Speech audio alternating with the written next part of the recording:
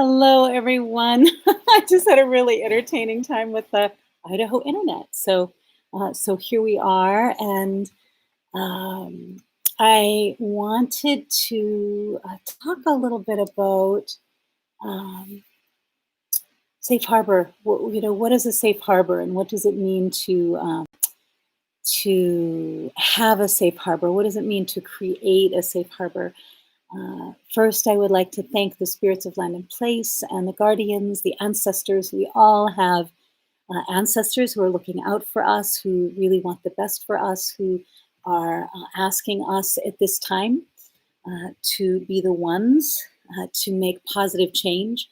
And those ancestors are counting on us. All of our ancestors are counting on us to do what they did not do and to their mistakes. And so I'm grateful to be the one to break those ancestral patterns and also to bring forward what is good and true and beautiful. And so I thank you, all of the ancestors. We all thank the good, the true, and the beautiful of ancestors. And we also invite in and welcome in that which is good, true, and lasting. We also welcome in right use of power and the ability to use power for the good of all, and that everyone may go beyond empowerment. Um, and also the medicine, the beautiful medicine, that we're all medicine in the world and that we can be good medicine or not good medicine. So we also welcome all the good medicine and that we can be a delivery system for good medicine into the world. And we extend our thanks and gratitude for all of the positive changes that are happening at this time and that we are able to turn things in a more positive through our voices and through our choices. And I thank you, Great Mystery, for that. Heal us, help us, guide us. Aho. Amen. So I was thinking about the harbor and about this song my mom used to play when I was younger, and I loved it. And I loved it so much that I played too. I love this group. It's Sweet Honey in the Rock. And Sweet Honey in the Rock sings a song. It's about will you harbor me? Will you harbor me? And I was thinking about the harbor and about being harbored and about a safe harbor. And I was wondering about, being a safe harbor to ourselves, being a safe harbor to one another, creating places of safety. And places of safety when we're afraid. Like one of the things that we look at are these when we're afraid, we have this tendency to want to fight or it's fight, flight, or freeze, I believe. And in between all of that, what we need when we're in those moments is we need a safe harbor. We need the arms, the body, the love, the care of a safe person, of a safe body. And so I think about this. I think about our fears and that fear means that there's danger present, usually. I mean, usually it means that danger is present and that there is good reason to be afraid. And that what we need often is we need to feel protected and be protected. And so I wonder about that. I just wonder about, our ability to have that protection. And I know as children, we're able to, hopefully have that protection and that play and that love, that care from the adult people in our lives. And then as we become adults, then we become responsible to provide that for ourselves. So I think about that, and I think about, the mistakes that we make and the failures that we have, because we all have failures, and failures are supposed to be there so we can learn things. So the whole intention of failure is that I can learn it, and then I can have a new experience, or I can correct the course. I can have a different experience and correct myself. in the future. And so I think about, what needs to be corrected in order for us to have this safe harbor, not only for ourselves as individuals, but also for our family, for our friends. Because what we know is we know all good leadership starts in that original system, in that family system, and in those original DNA patterns, in those places where we all come from. And so I've been thinking about this I've been thinking about this, especially with the protests that are happening and the marches that are happening in response to the murder of George Floyd and Breonna Taylor and Ahmaud Arbery. And I've been thinking about this also in regards to these monuments, these statues that are being taken down, the Confederate monuments that are being removed and taken down. And I've been thinking about, you know, what does that mean? What does it mean for us to be able to be conduits for social justice and for racial justice? And so I think that some of the things that are important, and I've been recommending this book. I'm gonna grab it. Um,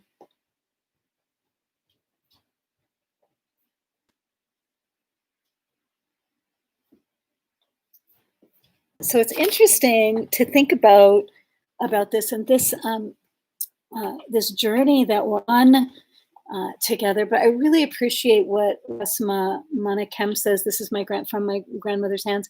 Um, talks about how it's in the body and how we have this opportunity uh, to to settle in, to return to the body, and to shapeshift things in a number of different ways. And one of the things he talks about is he talks about different ways that we can settle in through different somatic therapies, through different motions and movements of our body, moving our body in different ways. But I love this beautiful uh, beautiful work. And so a couple of things that are really powerful are, just simply moving our bodies and being able to find a way where we can settle in, different ways that we can anchor a new experience or a different experience in our bodies to heal the racialized trauma that we carry. And so I've been thinking about that, and I've been thinking about how can we have our bodies be a safe harbor. How can we create a safe harbor for ourselves, and how can we also be that safe harbor for each other? So I think that there are, a lot of failures that we need to correct, and um, we can look at our failures and really see them as an opportunity to heal our collective wounds and to dream our collective dreams.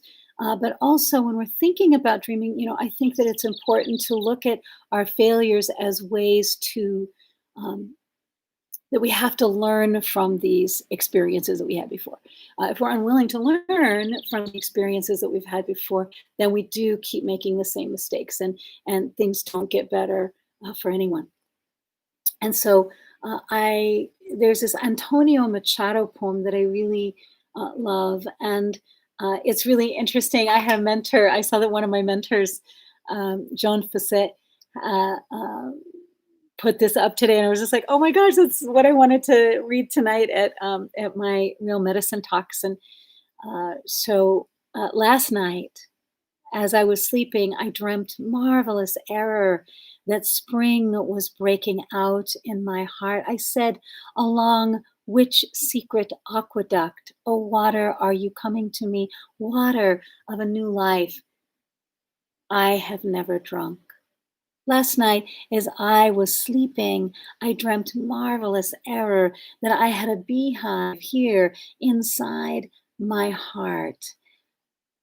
And the golden bees were making white combs and sweet honey from my old failures. Last night, as I was sleeping, I dreamt marvelous error that a fiery sun was giving light inside my heart. It was fiery. It was fiery because I felt warmth as from a hearth, and sun because it gave light and brought tears to my eyes. Last night, as I slept, I dreamt marvelous error that it was God or Creator or great mystery I had here inside my heart. Antonio Machado, and that is translated by Robert Bly. So last night, as I was sleeping, I dreamt marvelous error. And something I'm really noticing right now is that our psyches are giving us so many dreams. Like, I don't know any of my students or mentees or friends that are not having these really powerful dreams at this time. And so I really want to honor that the dream is a message from Creator or from the Great Mystery. And my adopted great grandmother, Takshablu, which is her Lashutseed name, but Vi Hilbert and my uncle, Ron Hilbert, they are both crossed now. But Ron and I were talking about dreams, and he had said that that the dream is the message from the great mystery, uh, from the great and beautiful Creator, or from the Lord of Heaven, or from the Great Spirit or Creator. That is how, one of the ways that the Creator speaks to us. And so I think that that's a really interesting thought at this time. So one of the things I would be doing is I would be tracking that, because what we have is we have an opportunity to listen to the great mystery and then to act.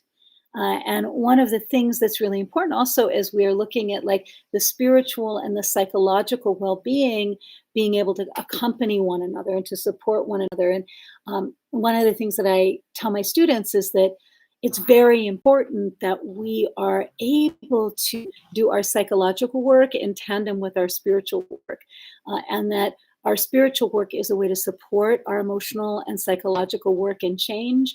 And the same goes for to support our spiritual work and our spiritual change, and take us in a positive direction. And so, what is it that my soul is really yearning for? What is it that my soul needs at this time?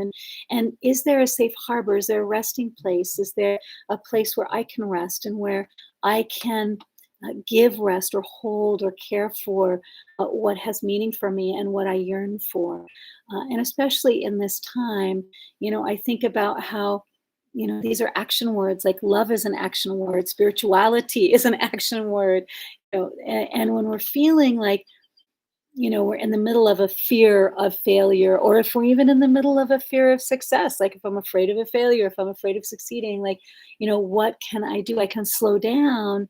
And I always like to say, how can I pray? How can I stop and pray? And then how can I listen? So I can say, hey, great mystery Creator, I could use your help right now. Can you help me? And to befriend that power that will help me to stand, that will help me to stand for what is good and just and true and lasting. And so how can I call on that power to be with me? And then as I ask for that power to be with me, then how can I listen for the guidance?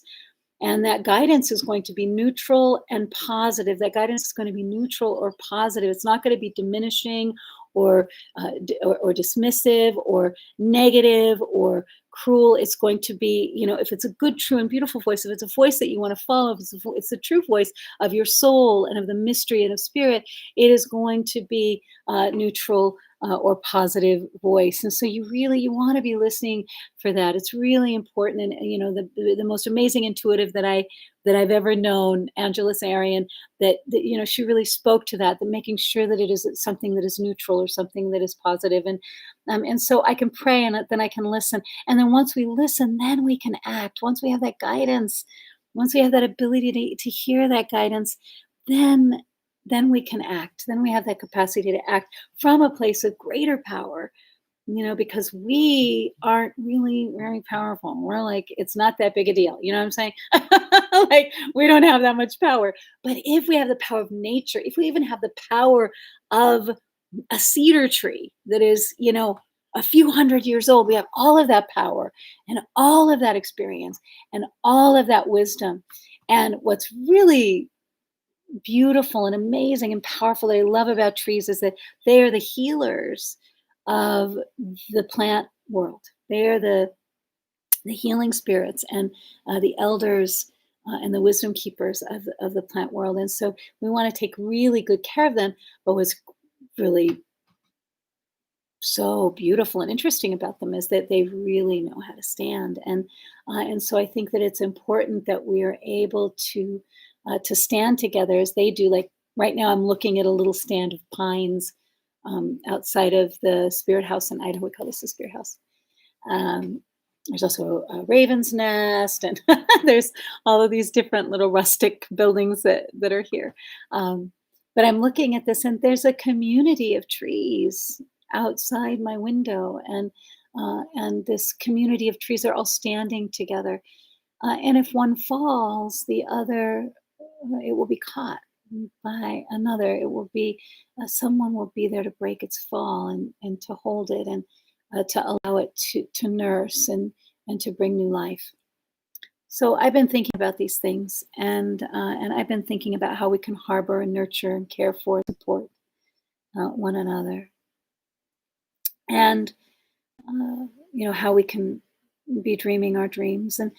And I think about what fear really requires of us. If we are afraid, then we can ask for encouragement, we can ask for support, and we can ask for this other power to grant us courage. And so may you be filled with courage. And courage, if you look at the etymology of courage, it means to stand by the heart, to stand by what has deep heart and meaning. And so may you face all that you fear with courage. And I will look forward to seeing you on next Wednesday. And I would um, like to announce that I have the holy privilege and honor. I'm so excited. Infinite Milam is going to be with us, and I'm very excited. And she's the head of the Queens Project and also the Cherish Preschool. And so I'm super excited. We're going to have a conversation about children and race and healing. And so I'm looking forward to that. And so I would like to finish with Descended from Dreams. And this is by Lee Young Lee. And what did I learn? A child on the Sabbath. A father is bound to kill his favorite son. And to his father's cherishing, the beloved answers yes. The rest of the week I hid from my father, grateful I was not prized. But how deserted he looked with no son who pleased him. And what else did I learn? That light is born of dark to usurp its ancient rank. And when a pharaoh dreams of ears of wheat or grazing cows, it means he's seen the shapes of the oncoming years. The rest of my life I wondered, are there dreams that help us understand the past? Or is anyone looking back? Or is any looking back a waste of time? The rest of my life I wondered, are there dreams that help us understand the past? Or is any looking back a waste of time? The whole of it too finely woven net of innumerable conditions, causes, effects, counter effects, impossible to read like rain on the surface of a pond. Where's Joseph when you need him? Did Jacob, his father, understand the dream of the ladder? Or did his enduring its mystery make him richer?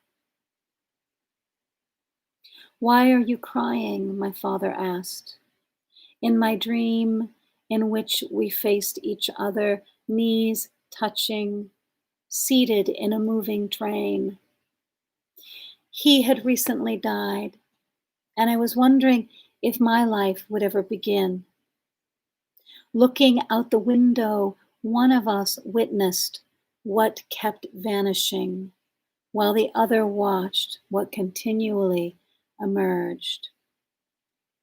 Looking out the window, one of us witnessed what kept vanishing, while the other watched what continually emerged. Descended from Dreamers by Lee Young Lee. Lee Young Lee.